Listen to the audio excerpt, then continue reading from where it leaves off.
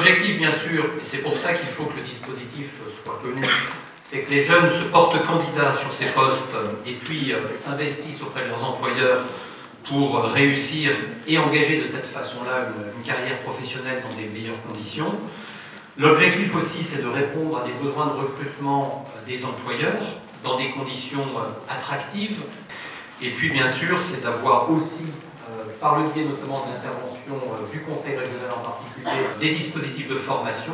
parce que souvent, lorsqu'on parle d'emploi aidé, ça a été le cas en particulier pour des dispositifs antérieurs,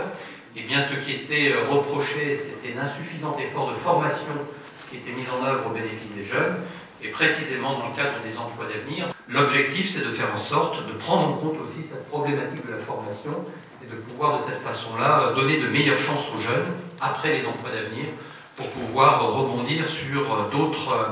d'autres parcours professionnels. Ce sont des jeunes qui sont sans diplôme, qui ont sinon acquis au maximum un CAP ou un BEP et qui rencontrent des difficultés importantes pour accéder à l'emploi. L'État versera aux employeurs 75% d'un SMIC brut à temps plein pendant la durée du contrat, donc 75% du coût de l'emploi correspondant est pris en charge par l'État. Les employeurs, s'agissant donc du secteur public, pourront très largement, très facilement accéder à ce dispositif. La loi prévoit également, vous le savez sans doute, qu'un certain nombre d'employeurs du secteur marchand puissent également recourir au dispositif des emplois d'avenir,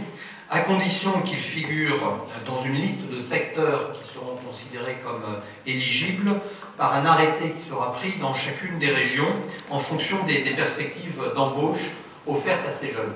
Et là, la prise en charge par l'État du coût de ces emplois pour les employeurs potentiels sera moins importante, puisqu'elle sera de 35% au lieu de 75% pour les employeurs publics.